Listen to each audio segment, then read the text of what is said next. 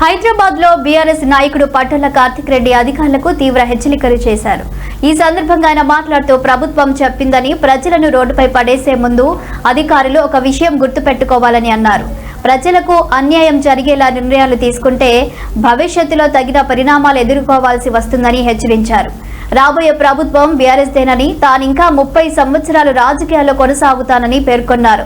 చిన్న అధికారి నుండి కలెక్టర్ వరకు ఎవరైనా ప్రజలకు అన్యాయం చేస్తే వదిలిపెట్టబోమని పట్టొల కార్తిక్ రెడ్డి తీవ్రంగా వ్యాఖ్యానించారు. మాత్రం చెప్తున్నా, వీడియోలు జాగ్రత్త రికార్డ్ చేసుకోండి. నేను చెప్పిన విషయం అధికారులకు మాత్రం ఖచ్చితంగా పంపాలి.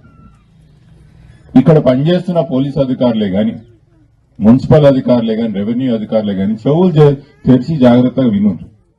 రాయన్న నియోజకవర్గంలో అధికారులు అందరూ కూడా చెప్తున్నా, నేను ప్రభుత్వం చెప్పింది మాకు పోలీసులను ఎంట పెట్టుకొచ్చి ఇట్లా హనుమాన్ నగర్ బస్తీలనే గాని మిగతా బస్తీలని అందరిని ఎలగొట్టి రోడ్డు మీద పడేసి మేము ఇదంతా సాఫ్ చేస్తామంటే ఒక విషయం మాత్రం యాద పెట్టుకోండి, వచ్చే ప్రభుత్వం మాదే ఉంటది.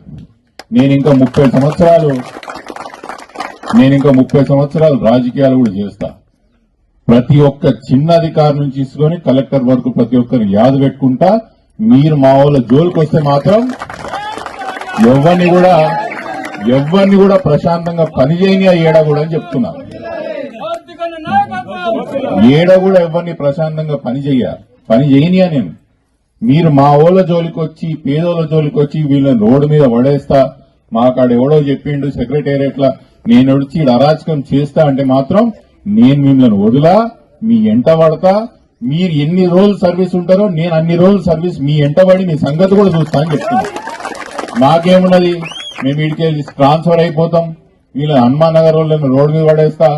మాకు వాళ్ళు ఎవరో చెప్పారు, పోలీస్ అధికారులే గాని, మున్సిపల్ అధికారులే గాని, మీరు హైదరాబాద్ లో పనిచేసినా, మహబూబ్ నగర్ లో పనిచేసిన, ఆదిలాబాద్ లో పనిచేసినా కూడా మీ ఎంట పడతా అని చెప్తున్నా. ఎవరు కూడా అకారణంగా మా వాళ్ళని రోడ్డు మీద పడేస్తే మాత్రం ఊరుకునే ప్రసక్తి లేదు. ఒక విషయం